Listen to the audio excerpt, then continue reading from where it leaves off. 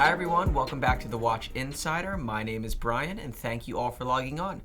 I'm joined by Tim Massa this evening, as always, and we've got an exciting show for you tonight. So we've got a smorgasbord of different watches here on the table, and as always, please feel free to ask any questions you may have about anything watch related because we are here to answer. Tim, why don't we do a quick wrist check while I get myself loaded here on the video. All right, well, Brian logs in, guys. Thanks for joining us from far flung. You guys know me. I'm a mono watch guy for now. So you can see my Zin Easy M11, part of a limited edition of 500 pieces from 2017. It is a effective tribute watch to a timepiece made not too long ago in 1997 for the German Customs Enforcement Unit. It's actually sort of like an elite tactics team or SWAT within German Customs Enforcement. This watch is a little bit bigger than the original. This is a 43. The original was a 40. The original was titanium. This one is Tegament steel. They've actually done a little bit of watchmaking, reconfiguring a 7750 to operate lefty, inverted, and with a central 60-minute hand. Fun piece. Awesome piece. It's I think that we're gonna have to start adding to your collection again. What do you think? I think so. I'm just about ready. I was thinking my birthday in June would be a good time to. I mean, you've got to have the itch by now. Get back in the game. I mean, it must kill you doing shows on watches every day. You gotta add one. So I'll have Tim show this off. So today I am wearing an older Resonance. I've worn it on the show before. It's definitely one of my personal favorites. Red gold case, salmon dial, featuring a brass movement. So I was actually in New York today, showing some F.P Journe watches to a couple of collectors, and I decided to, of course, wear the piece for the trip. You won't be heartbroken if I sync up your hands. No, not at all. Okay. You can see it takes a few minutes, between 7 and 10 minutes, for the resonance effect to actually gain purchase on the watch. So while they are now resonating and synced, the hands themselves are out of alignment. You pull the little crown down at 4 o'clock, and you realign them once the resonance effect has taken purchase on the movement. Or I should say, the movements. Yeah. Cool piece. Yeah, thank you.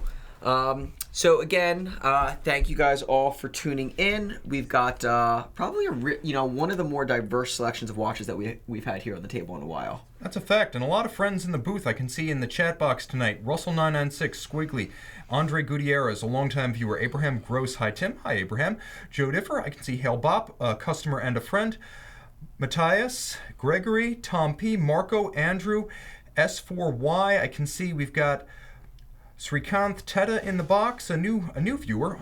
Guys, let me know where you're coming from if you're new to the box and we haven't done a live chat before. Robert Dixon of Scotland, I know, and I can see Portia Maven. You have excellent taste in cars up in Montreal. Welcome, guys. And I can see Catchy from Birmingham, UK, the home of Black Sabbath. How do you know that? Who doesn't?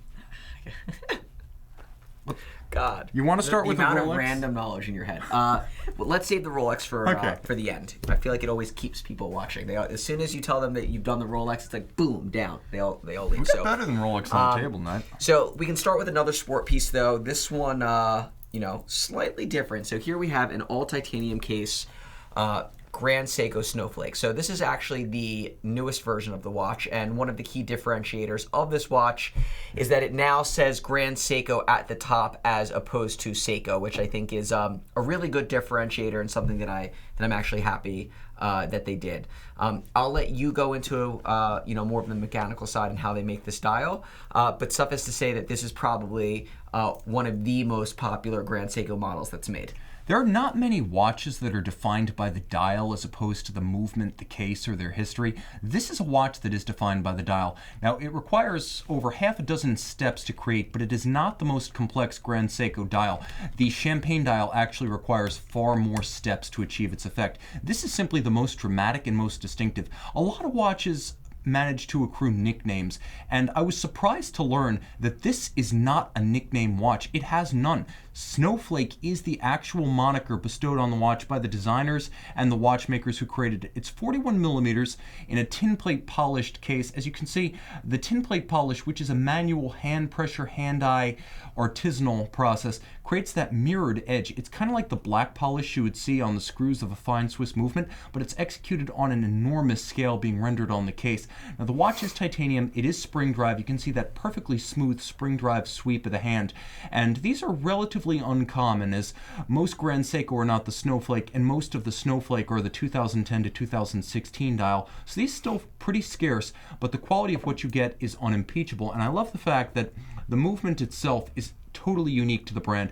Piaget tried to replicate this technology, and for a few dozen watches, they had it going on, but they gave up ultimately on series production, which is why spring drive, driven by a spring with quartz precision and mechanical soul, is still absolutely distinctive of Seiko and Grand Seiko. How about a wrist shot? Because it is a big watch. Yeah, and you know what? I actually, one of the differentiators of this watch from a lot of other similar watches, I would call it, within the price spectrum in the category, is that it's all titanium, but it looks like stainless steel. So it's really light, it's and extraordinarily wearable, and I think it is a little bit thick, but I think that the titanium makes up for it and makes it a lot easier to wear.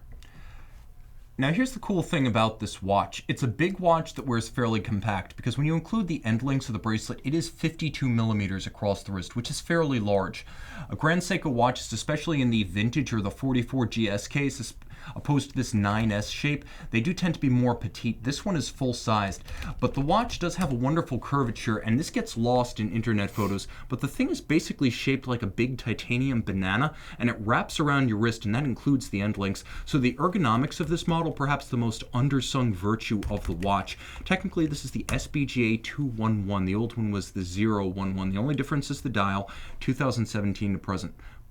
Not my favorite Grand Seiko, but darn close. Yeah, and there's been a little chatter in the chat box just regarding the secondhand value of Grand Seiko and how they're steadily going up. And I think that one of the differentiators of Grand Seiko and Seiko in general is the amount of demand that there is in Japan and how many watches they actually send outside of Japan. So unlike a lot of other brands, I want to say that roughly only maybe it's 8 to 10% of their production comes to the US, which means that it's more scarce here.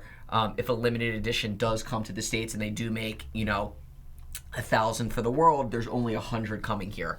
And, 100 gets eaten a lot quicker than if there was, 30% of their production coming here. And it even gets a little bit tougher if you're a Western market Grand Seiko collector, because they have the Japanese domestic market allocation, and then they have a number of other watches that are generally editions for the Asia-Pacific region, which includes everything from Australia and New Zealand all the way up to Japan and beyond. So once you get outside the bounds of Greater Asia, very few Grand Seiko watches are making their way, especially when you see a limited edition like the US Boutique series. That's really something special. And that's one of the reasons those watches are considered not just among the best Grand Seikos released, but just abnormal in their availability for one market that's generally not Grand Seiko's primary focus. Yeah.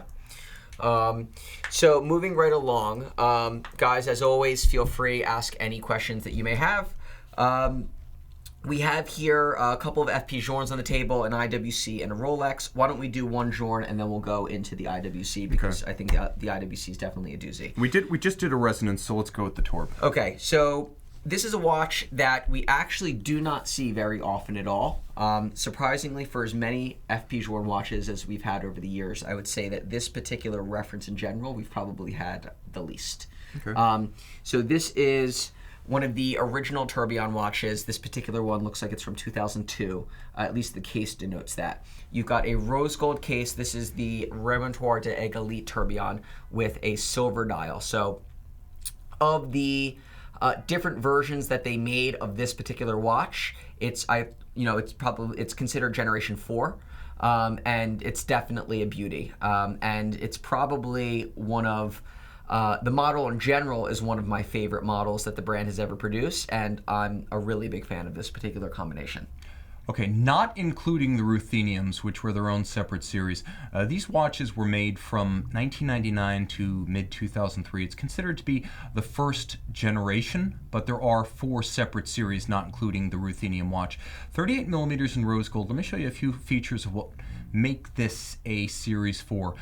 The most obvious, you can always tell a 3 or a 4 by the flat remontoir half bridge. If it's rounded and vaulted and black polished, it's a 1 or a 2. If it has a 1 through 20 numbering up at the top, that's the very first. That's the subscription piece, or souscription, and that is literally a series of the first 20 watches that F.P Journe made for subscribing customers back in 1999. Now, if you see there is a vaulted and rounded half bridge, but no subscription number, that's a Series 2.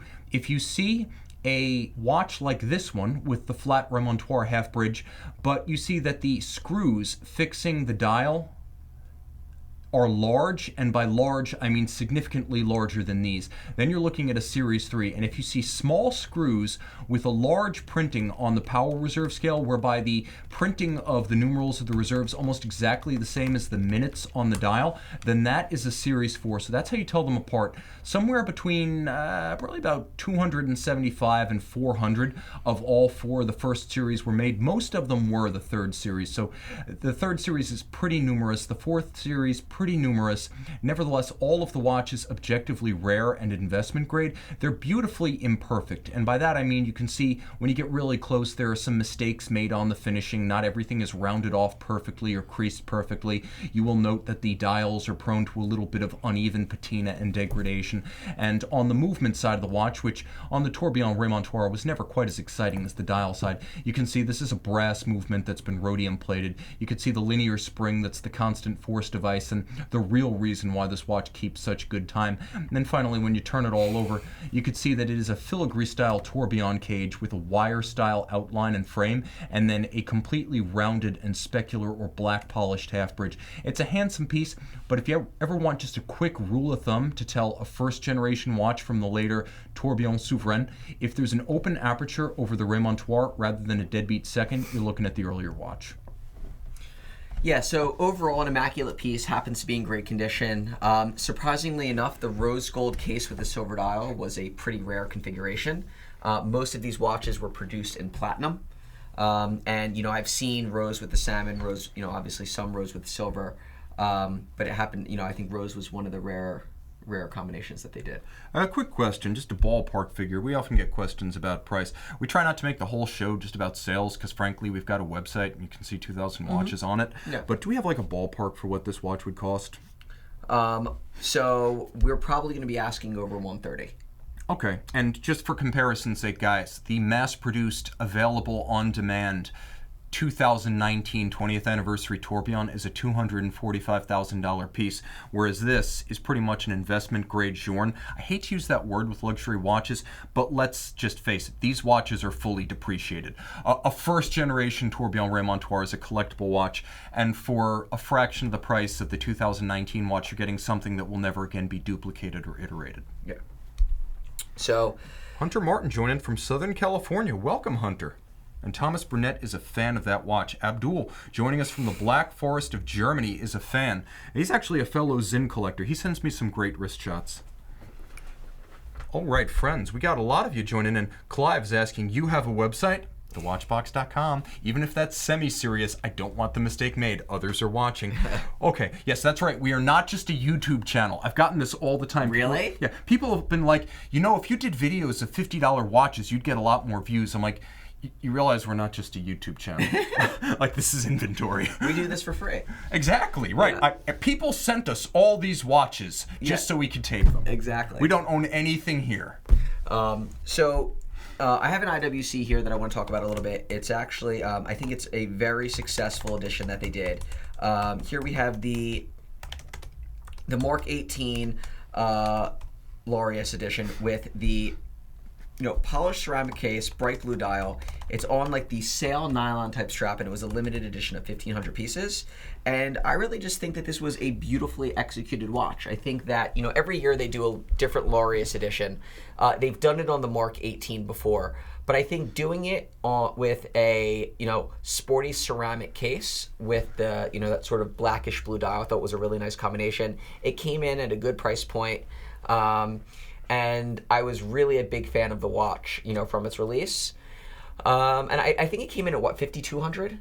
Yeah, it's right around 5,200, technically still available and still cataloged. It's 1,500 pieces, and the Laureus Sport for Good Foundation is a Richemont pet charity. It's something that was actually founded jointly by Johann Rupert, who is the chairman of all Richemont and the majority shareholder. And this is the 12th edition in the series. All of them feature a distinctive metallic blue dial. Now this is the Mark 18, and the interesting thing about the ceramic case Mark 18 is that it is slightly larger than the standard. Standard is 40, ceramic case is 41, and this is a handsome example of a ceramic case in high black polish, which is not something you see too often. Generally, with ceramic, it'll be a sort of matte finish or brushed finish with, if there is any high polish, just detail polish. Think the beveled lugs of a Dark Side of the Moon. This is different because it is all high gloss, which is exceptionally difficult to execute on ceramic, but it is a wonderful aesthetic, especially combined with the metallic blue of the dial. Simple automatic caliber inside, fairly slim, and uniquely, it is swimmable, it is flyable, and it is anti-magnetic. So it can be in a cabin that explosively decompresses and not pop its crystal. I know, very practical. Screw down crown, 60 meters, so per IWC you can swim with this one. And soft iron inner cage over the movement, so it's got a little bit of Milgauss DNA in it. And a very cool image on the back. That was actually submitted by an 11-year-old girl from Brazil named Anna. And every version of the Laureus features a sweepstakes image on the back created by one of the children in the program.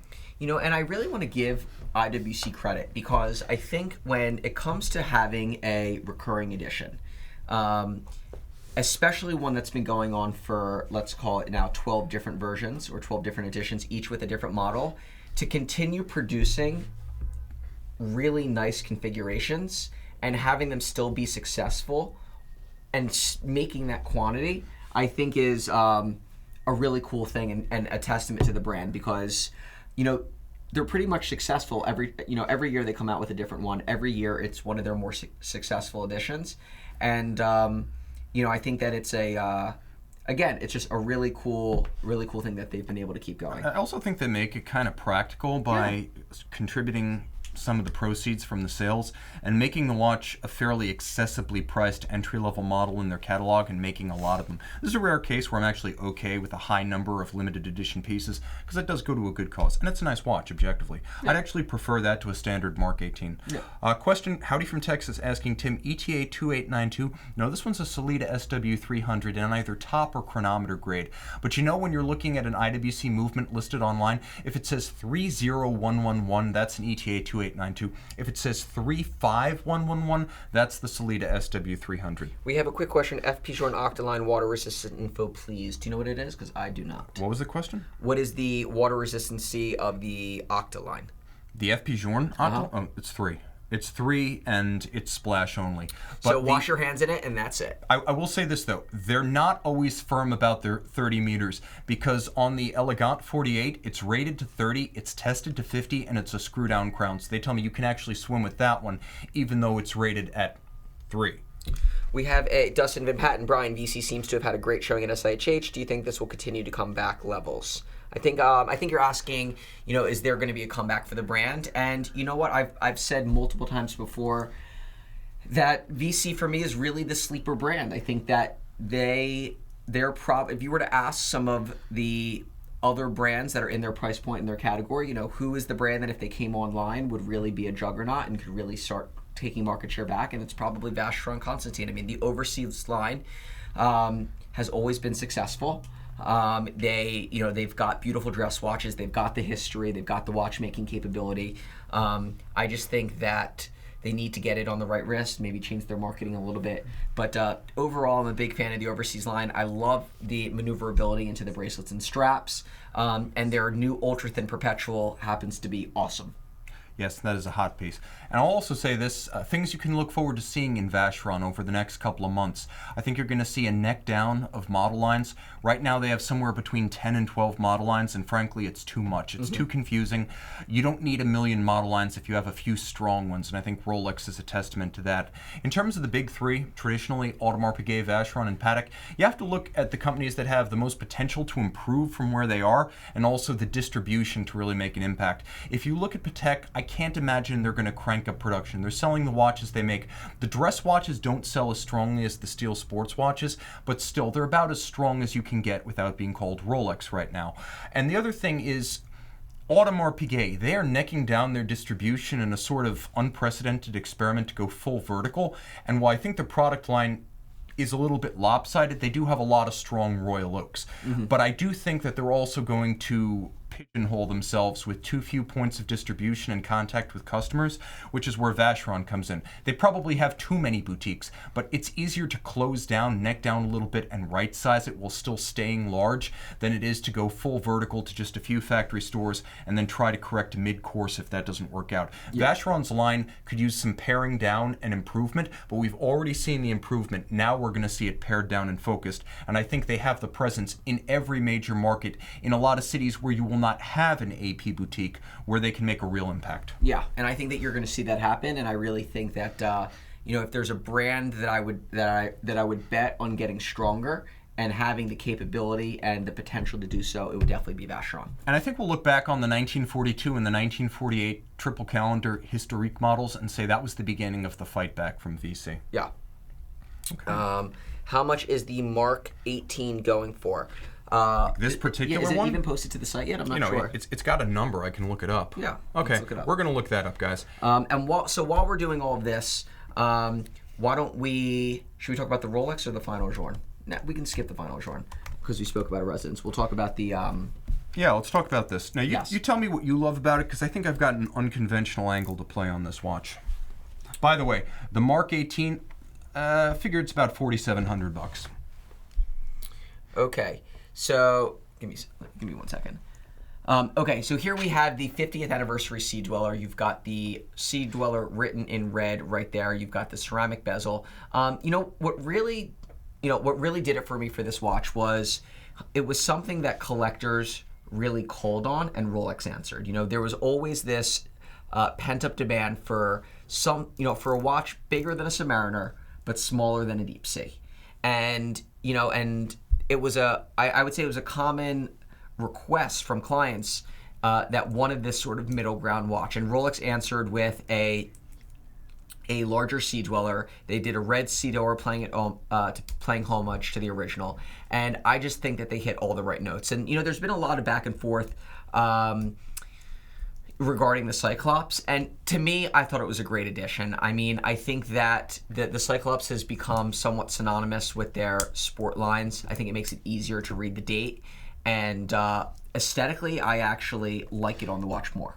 Okay, I'm going to come out and say something that's a little bit countercurrent on this watch. I'm going to say this turned out to be a hugely underrated and overlooked piece. There was so much hype leading up to the 50th anniversary Sea Dweller that when it finally arrived, and it was everything we could have wanted, really, it almost fell on deaf ears. People immediately started talking about the Sea Dweller 40 that came before, the 40mm steel Rolex made for only 3 years. All of a sudden, everyone wanted that watch, and they didn't before this watch came out. That was suddenly a hot collectible. And immediately after this watch came out, we had the bomb blast at Basel 2018 of the steel Pepsi GMT. We even had a new Rolex oversized diver, as the Deep Sea got a full makeover with a new movement, new lugs, and new bracelet for 2018. And this watch, between the suddenly collectible Sea Dweller 40, the new Deep Sea, and the Pepsi GMT, kind of got lost in the mix. And I think that's a bad thing, because this is more wearable than any Deep Sea and also more unique than any Submariner.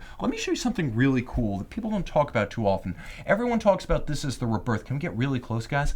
The rebirth of the red Sea Dweller. And sure, it does have a lot in common in as much as there is a red script at the bottom of the dial with the very first of the Submariner 2000s from the late 1960s, early 70s. But what this watch also has is a matte finish to its dial base that recalls the original 1665. And what I love about that is you can miss it on your first couple of passes on the watch, but it's not a gloss black base like you have on the Sub or the Deep Sea. This is a matte dial on a diveable Rolex, and I believe it's the only one that has that particular feature. So it's not just the red Sea Dweller, it is a matte dial red Sea Dweller, and that's truly special. Everything else about the watch on the wrist It's 15.1 millimeters thick compared to 18 for the deep sea, so it doesn't wear like a junior deep sea. It wears like a very deluxe Submariner. I don't think the deep sea is an everyday watch for most wrists. This is, and so I think this is an overlooked watch, already underappreciated. That said, what's overlooked by Rolex standards? Well, it sells for $11,350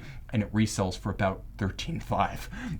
That's underappreciated Rolex these days. Yeah, and you know what? And I think that that's really a testament to the strength of the brand, in that you can have a watch like this that is almost being eclipsed by just how many more stronger references that are coming out. Yeah, and it's a good watch in a collection of great watches. I actually think it's a great watch, but by reputation right now, it's a good watch. Yeah. Quick shout out, my wife is actually watching the show. And I literally think she just found out like I'm in the watch business. I don't even think now she knows. I don't even think she knows what I does. Yeah, she now knows what I do on Wednesdays. All right. So, well, Brian's giving a shout out to his wonderful wife at home, or is she out and about?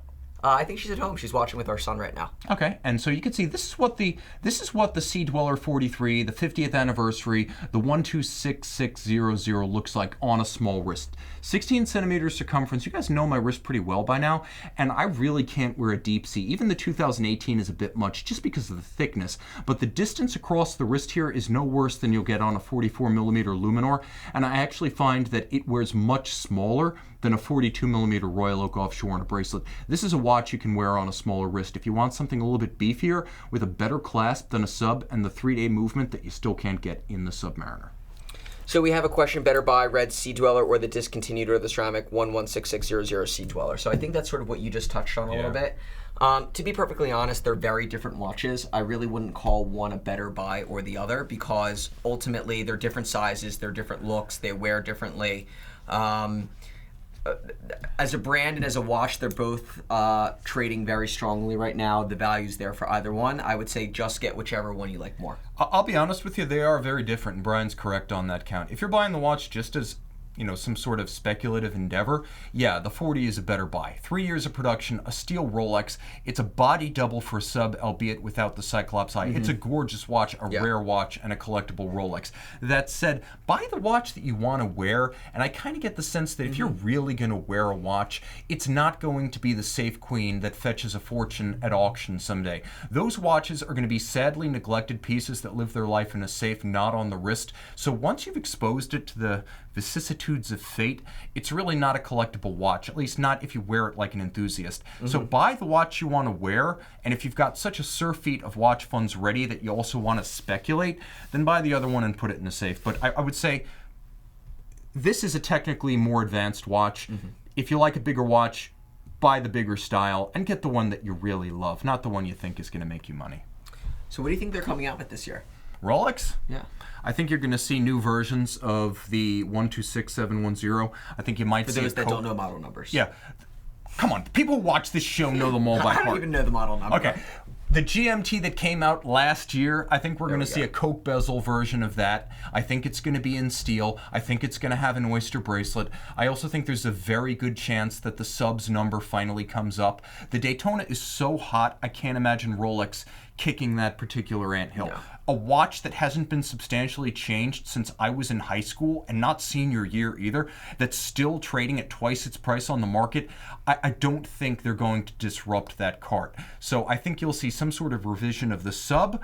I think there's more than a 50-50 chance you see something done to the Explorer 2, and I'm super certain we're going to see new versions of last year's GMT. Yeah. And there's also, the rumor mill also is supporting that maybe something to the Milgauss.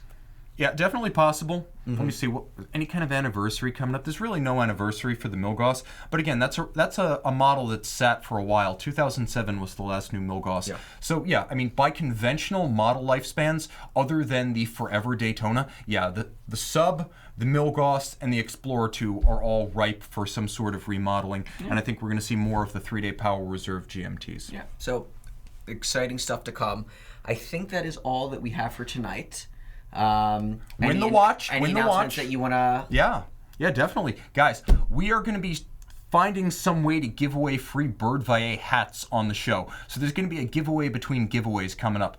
I need to figure out how you're going to enter this and win, but that's coming. Bird Vaillet is the crystal ball thing full of watch parts behind me. Horological art. Again, time suspended. That's their slogan. I made it up this morning. I know. And we have their hats to give away. Also, we're giving away a watch, a vintage Omega Speedmaster 145022. Link in the description. I want a YouTuber to take this one this time. Thank you so much, guys. I'm Tim. I am Brian, and thank you guys for logging on tonight. Good stuff. Good show. Smoke.